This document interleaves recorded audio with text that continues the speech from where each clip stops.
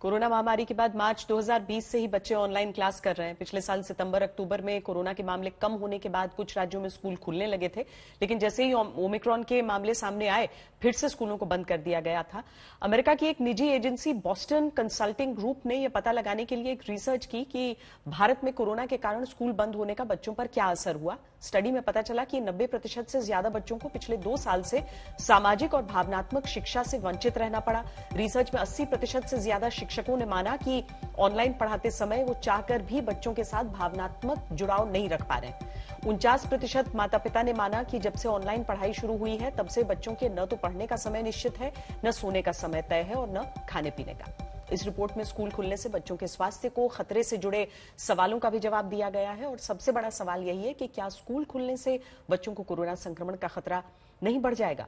स्कूलों को खोले जाने के पक्ष में पहली दलील ये दी गई कि बच्चों में कोरोना संक्रमण और गंभीर लक्षणों के आसार सबसे कम होते हैं। वयस्कों के मुकाबले बच्चों में कोरोना संक्रमण का खतरा 3 से 6 गुना तक कम होता है।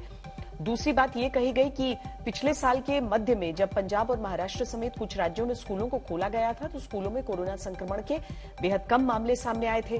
तीसरी बात यह कही गई कि भारत में अब 15 से 18 वर्ष के बच्चों के वैक्सीनेशन की शुरुआत हो चुकी है और ओमिक्रॉन वेरिएंट्स में गंभीर लक्षण के आसार बेहद कम होते हैं। भारत में स्कूलों को खोले जाने की शुरुआत तो हो चुकी है, लेकिन इसको लेकर कोई राष्ट्रीय नीति नहीं है, जिसकी वजह से राज्य सरकारें अपने अपने स्तर पर स्कूलों को खोलने का फैसला कर रही हैं। लेकिन दुनिया के कई देश हैं जहां कोरोना के बढ़ते मामलों के बीच स्कूलों को बंद नहीं किया गया। भारत इन देशों से सीख सकता है।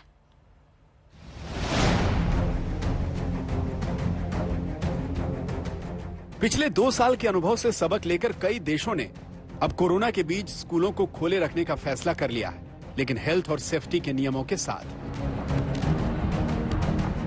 ब्राजील, फ्रांस, कजाकिस्तान, मेक्सिको, फिलिस्तीन, यूक्रेन जैसे देशों में स्कूलों में बच्चों की पढ़ाई जारी है। कनाडा, फ्रांस, यूके और इटली जैसे देशों में बच्चों की मास टेस्टिंग ड्राइव चलाई जा रही है। बॉस्टन कंसल्टेंसी ग्रुप की स्टडी के मुताबिक दुनिया भर में मार्च 2020 से स्कूलों को बंद करने की शुरुआत हुई थी, लेकिन जिम और मॉल से ज्यादा प्रायोरिटी स्कूलों को खोलने की दी गई।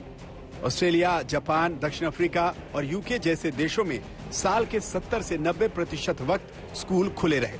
भारत से ज्यादा कोरोना संक्रमण और केस के बावजूद कई देशों में स्कूलों को साल भर खोले रखने का फैसला किया।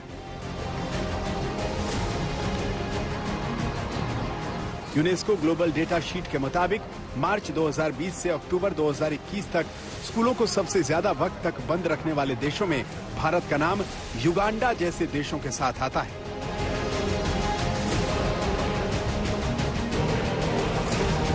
Vaccination of children is not a prerequisite. In other words, children need not to be vaccinated to attend school. Children can attend school whether they are vaccinated or not. So with these, and schools already closed for really long in India, it is time that each one of us, each stakeholder does something to ensure that schools are open and children start learning through the in-person classes in the school. UNESCO data के मुताबिक इस वक्त दुनिया के 135 देशों ने स्कूलों को पूरी तरह खोल दिया है, लेकिन 25 देशों में अभी भी स्कूल या तो पूरी तरह से बंद हैं या आंशिक तौर पर खुले हैं, जिसमें भारत भी शामिल है।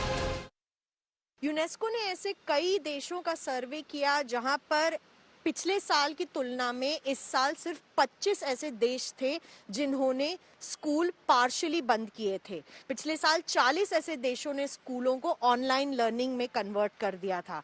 लेकिन भारत भी इससे बहुत कुछ सीख सकता है। अंतर्राष्ट्रीय स्तर पर कैसे देश इंश्योर कर रहे हैं कि बच्चे दोबारा स्कूल जाएं, क्योंकि अब भारत में भी कोरोना के जो मामले हैं वो कम होते दिखाई दे रहे हैं। तो क्या ये सही वक्त है अब बच्चों को दोबारा स्कूल भेजने का? अनिल जायसवाल के साथ नई दिल्ली में मैं मिलन शर्मा, आज तक।